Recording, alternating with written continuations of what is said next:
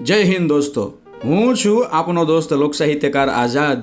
મારા વાલા, આ જગ્યા તમે જોઈ લો. બંને બાજુ એમ કહેવાય કે ગાડા માર્ગ છે અને અહીંયા એક બાજુ આવેલું છે એક સ્મારક કે જ્યાં મામા મામી અને ભાણિયાનું સ્મારક છે. કહેવાય છે કે મામા મામી અને ભાણિયાના અહીંયા એક સમયે મૃત્યુ થયેલા. હા, એની પાછળ એક રોચક વાત છે અને લોકો વારે તહેવારે અહીંયા શ્રીફળ વધેરે છે, માન્યતા માને છે અને ઘણા બધા ઉત્સવ તહેવાર આ જગ્યાએ થાય છે. દોસ્તો, તમે જોઈ શકો છો મામા મામી અને ભાણિયાની આ બધી સમાધિઓ છે. પણ મારા વાલા, આપણે આવ્યા છીએ અત્યારે જે રાતકડી વાવ છે એના દીદાર કરવા માટે, એના દર્શન કરવા માટે. તો રાતકડી વાવની બરાબર સામે આ મામા મામી અને ભાણિયાના સ્મારક છે, એના આપણે દર્શન કર્યા. તો હવે આપણે જશું એ રાતકડી વાવને જોવા માટે.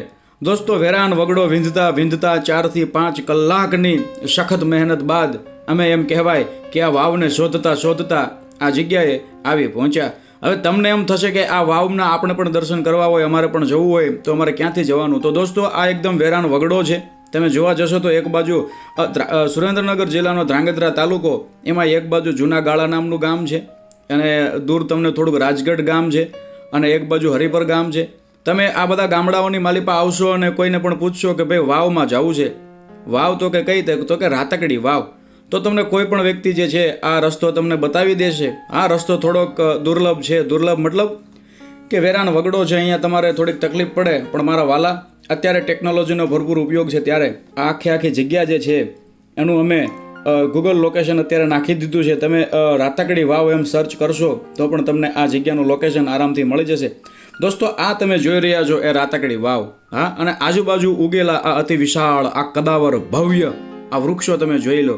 એમાંય ખાસ કરી અને બાવળ. હા, અમે અહીંયા ગાયો ચરાવતા અને બકરા ચરાવતા જે ગોવાળિયાઓ હતા એમણે પૂછ્યું કે તમે અહીંયા કેટલા ટાઈમથી આવો છો? તો એમણે કીધું કે અમે ભાઈ નાના હતા ત્યારથી આવીએ છીએ અને એમની ઉંમર પણ અત્યારે ઘણી બધી છે. તો પછી એમણે કીધું કે આ વાવ જે છે અમે અવિરત આનું પાણી પીએ છીએ, અમે અહીંયા ટીમણ કરીએ છીએ. અને દોસ્તો, આજુબાજુના જે ખેડૂતો હતા, જે ખેતી કામ કરે છે આજુબાજુના ખેતરોમાં, એમણે પણ અમને કીધું કે અમે સવાર બપોર સાંજ જ્યારે પણ પાણી પીવાનું હોય, પાણી ખૂટે એટલે આ જ વાવમાંથી પાણી ભરી જઈએ છીએ. અને દોસ્તો, આ વાવ જે છે એ તમે જુઓ, એક ઉપર એક પથ્થર અહીંયા ગોઠવાયેલો છે. જો વાત કરીએ આ વાવની સક્રિયતાની, તો સંપૂર્ણપણે આ વાવ જે છે એ સક્રિય છે. મતલબ કે આ વાવનું પાણી એકદમ ટાઢું બોળ અને એકદમ મીઠું છે. લોકો હાલની તારીખમાં પણ આ વાવનો સંપૂર્ણતઃ ઉપયોગ કરે છે. દોસ્તો, વાવ ક્યારે બંધાવી, કોને બંધાવી, એની ચોક્કસ માહિતી આપણી પાસે નથી. નીચે એક તકતી તો લગાવેલી હતી, પરંતુ ત્યાં સ્પષ્ટપણે આપણને કંઈ સમજાયું નહીં, એટલે હું તમને એ માહિતી ન આપી શકું. પરંતુ ધ્રાંગધરા એટલે ધ્રાંગ એટલે કે પથ્થર અને ધરા એટલે ભૂમિ. આ ધ્રાંગધ્રાની ભૂમિમાંથી એમ કહેવાય કે ધ્રાંગધ્રાની ભૂમિના પથ્થરોમાંથી બનેલી આ વાવ સદીઓની ગાથા જાણે વર્ણવતી હોય એવી અડીખમ આજે પણ ઊભી છે. દોસ્તો, પાણીની અંદર આપણે જોયું તો એટલું સ્પષ્ટ પાણી હતું. આ ઉપર કચરો હતો જે આ બાવળ કે બીજા ત્રીજા વૃક્ષોનો હતો, પરંતુ નીચે પાણી તમે જોવા જાઓ તો એકદમ સ્પષ્ટ અને એકદમ ઠંડુ અને મીઠું છે. પાણીની અંદર માછલીઓ છે, પાણીની અંદર માછલીઓ છે એ પણ ટોળે વળેલી. અને આ એક ઉપર એક જે પથ્થર ગોઠવામાં આવેલો છે દોસ્તો, એ તમે જોઈ લો.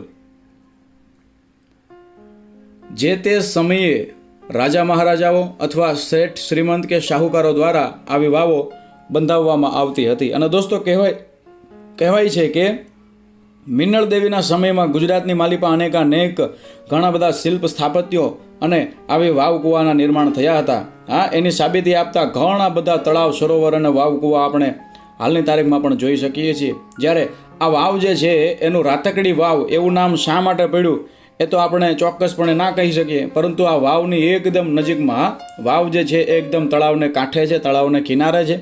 એટલે વાવનું પાણી જે છે એ 365 દિવસ એમ કહેવાય કે છલોછલ હોય છે, એકદમ ટાઢું બોળ પાણી હોય છે. દોસ્તો, આમાં વાવને ઉપરથી અત્યારે હું તમને દેખાડી રહ્યો છું, તમે જોઈ શકો છો. અને હવે વાવનું આગળનું જે મથાળું છે, જે કૂવો છે, ત્યાં પણ હું તમને લઈ જઈશ. પરંતુ અહીંયા આવતા પહેલાં દોસ્તો, હું તમને વિનંતી એટલી કરું કે બૂટ ચપ્પલ વ્યવસ્થિત મજબૂત હોય પહેરવા. કેમ કે બાવળ છે, બાવળને કોઈ દિવસ આપણે સારવાર એને એમ કહેવાય કે સાર સંભાળ રાખવાની ના હોય. બાવળ તો પોતાની જાતે ઉગે અને કોઈ ના પૂગે ભાઈ. અને બાવળના કાંટા તો તમે જોયા છે. હા, આજુબાજુ માત્ર ને માત્ર બાવળ અને એના કાંટા પથરાયેલા છે. તો વ્યવસ્થિત બૂટ ચપ્પલ હોય તો તમે અહીંયા આવી શકશો દોસ્તો. આ તમે જોઈ શકો છો. હું અંદર જવાની કોશિશ કરીશ, તમને કૂવો જે છે એ વ્યવસ્થિત રીતે દેખાડવાની કોશિશ કરીશ દોસ્તો. એ જેથી તેથી આપણા સલાટો, આપણા કારીગરો, આપણા શિલ્પ કલાકારોએ આ આખા જે એમ કહેવાય કે નમૂના આપણી ધરતીની માલી પર આ ઊભા કર્યા, તો એમનો કળા કરતબ કેવો રહ્યો હશે એ આપણે જાણવો જ રહ્યો. દોસ્તો તમે જોઈ શકો છો વાવ આજે પણ સારી હાલતમાં છે. મેં તમને કીધું તેમ કે વાવમાં તકતી છે પણ કાંઈ ઉકલાતું નથી, કંઈક લખ્યું છે, વ્યવસ્થિત આપણે વાંચી શકતા નથી. અને આ વાવને તમે ઉપરથી જોઈ લો. બને તેટલો નજીક જવાની હું કોશિશ કરીશ દોસ્તો, કેમ કે કાંટા અને કાંકરા છે અને એક હાથમાં કેમેરો છે દોસ્તો. મારી પાસે પકડવા માટે કોઈ આધાર નથી, એટલે મને પણ વધારે નુકસાન ન થાય એના માટે હું અહીંયા જાળવી અને જઈ રહ્યો છું. અને દોસ્તો બીજી વાત કે આવી કોઈ પણ વાવ, કૂવા કે બીજા ત્રીજા શિલ્પ સ્થાપત્ય આવે, આપણે એમને જોવા માટે જઈએ ને ત્યારે આપણે ખાસ વાત એ યાદ રાખવી, ખાસ તકેદારી એ રાખવી કે આપણાથી આપણા આ સ્મારકોને કોઈ પ્રકારનું નુકસાન ન થાય. બને ત્યાં સુધી આપણે કચરો ન ફેંકીએ, બની શકે તો કચરો આપણાથી સાફ થઈ શકે તો આપણે સાફ સફાઈ રાખીએ દોસ્તો. આ તમે જોઈ શકો છો, હું અત્યારે કૂવો આખો તમને દેખાડી રહ્યો છું દોસ્તો. એકદમ સારી હાલતમાં છે કૂવો જે છે, એકદમ ધી બેસ્ટ હાલતમાં છે દોસ્તો. તમે જોઈ શકો છો સદીઓની સદીઓ વહી ગઈ, વર્ષોના વર્ષો વયા ગયા, કંઈક કાળના પડદા એમ કહેવાય કે આ કૂવામાંથી વયા ગયા, કંઈક સંજોગો આ કૂવાએ પીધા છે મારા વાલા. હા, કંઈક વટે માર્ગો અહીંયા આવ્યા અને પોતાની તરસ छिपाવી. એવા કંઈક ભવ્ય ભૂતકાળને પોતાના આ કોઠાની માલિપા સંગ્રહીને બેઠેલો વાવનો આ કૂવો આજે પણ ઓવારણા લે છે અને આપણને કહે છે કે વિયાવો વિયાવો વિયાવો બાપ, અમે તમને ટાઢા બોળ પાણીડા પાઈશું હો. એવી આ આપણી વાવ, એવા આપણા કૂવા. આ તમે જોઈ શકો છો દોસ્તો, રાતાકડી વાવ. આવી બધી જગ્યાઓએ આપણે જવું એ આપણા જીવતરનો લાહવો છે. અને શિલ્પ સ્થાપત્યના પ્રેમી જે માણસો હોય એમને તો આવી જગ્યાએ ખાસ જવું. ગૂગલ લોકેશન તમે રાતાકડી વાવ એવું સર્ચ કરશો ને દોસ્તો એટલે તમને સ્પષ્ટપણે મળી જશે. કેમ કે આનું હું પાક્કું એડ્રેસ તો તમને ના આપી શકું, કેમ કે 4 થી 5 ગામની વચ્ચે અને સીમા, હા સીમમાં આવેલી આ જગ્યા છે. વન વેરાન વન વગડો વિંધતા તમારે જવાનું છે. કોઈને પૂછી અને કોઈનો આધાર લઈ અને તમે અહીંયા આરામથી પહોંચી શકો છો. દોસ્તો કૂવો જોયા બાદ હવે હું બહાર જઈ રહ્યો છું, પણ તમે જોઈ શકો છો ઘણા બધા કાંટા અને કાંકરા છે. આ બધાનો મારે સામનો કરવાનો છે.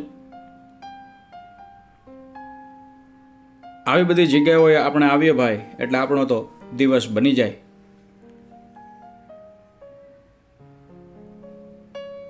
ઘણી કલાકોની મહેનત બાદ અમે અહીંયા પહોંચ્યા હતા. તમે જોઈ શકો છો દોસ્તો, અહીંયા એક એમ કહેવાય કે સ્થાનિક ખેડૂત હતા કાળુભાઈ, જેમનું નામ હતું, એવો અમને આ બધી વાવ શોધવામાં મદદ કરી અને હમણાં અહીંયા સુધી લાવ્યા, જે આપણે ખરેખર એમને ધન્યવાદ પાઠવીએ દોસ્તો. વાવ અત્યારે સારી હાલતમાં છે, ખૂબ જ સારી હાલતમાં છે. લોકો આજે પણ આ વાવનું પાણી પીવે છે. આજે પણ આજુબાજુના ખેતરવાળા કે કોઈ પણ વટેમાર્ગો હોય એ આ વાવનું પાણી પીવે છે. અને ઘણા બધા ગોવાળિયાઓને અમે પૂછ્યું તો એમણે કીધું કે ભાઈ અમે તો 24 કલાક અહીંયા હોય તો 24 કલાક આ વાવનું જ પાણી પીએ છીએ. મતલબ કે વાવ જે છે એ સારી હાલતમાં છે. અને આજુબાજુમાં ઊભેલા જે બાવળ જે છે અથવા બીજા ત્રીજા વૃક્ષો જે છે એની છત્રછાયા એમ કહેવાય કે એવી ટાઢી બોળ આ વાવની અંદર આવે છે ભાઈ. વાવની ઉપર આપણે બેસી શકીશું, વાવની આજુબાજુ આપણે ખાઈ પી પણ શકીશું. જય હો.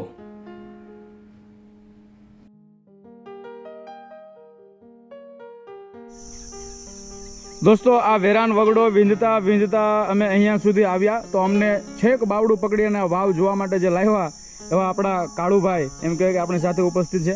કાળુભાઈ, આ વાવ સાથે જોડાયેલી એ બધી વાતો અમને કંઈક આપણા દર્શક મિત્રોને જાણવા મળે. આ જૂના વખતનું હે, જૂના વખતની વાવ. આ જૂના વખતની મામા બેઠા હે. હા, મેં મામા અને ભાણાની સમાધિ છે આપણે જોયું, બરાબર? એ જે પેલું છે આપણે જોયું સ્મારક. અને આ વાવનું પાણી પીવે છે ખરા લોકો? આ પાણી પીવે છે 12 મહિના પાણી. 12 મહિના પાણી કિનાર પાણી ખૂટતું જ નથી. અમે ખૂટતું જ નથી. તમે આ કેટલા વર્ષોથી છો? આટલા 25 વર્ષથી. 25 વર્ષથી? વાહ ભાઈ. અને પાણી એકદમ મીઠો, કોઈ દી ખૂટે નહીં. બધા પાણી અહીંથી પીવે? બધા પાણી અહીં પીવે. વાહ ભાઈ. દોસ્તો તમે જોઈ શકો છો આ બધી આપણી વાવ કે કુવા, આ એની જાજરમાન સમય, એનો જાજરમાન સમય તમે જોઈ શકો છો. સદીઓની સદીઓ વીતી ગઈ છતાં પણ આજે અડીકમ ઉપર છતાંય એમ કહેવાય કે અત્યારે પણ પીવા જેવું પાણી છે. તો તમે વિચારો જ્યારે નવી વાવો બની હશે ત્યારે આ બધી રોનક કેવી હશે.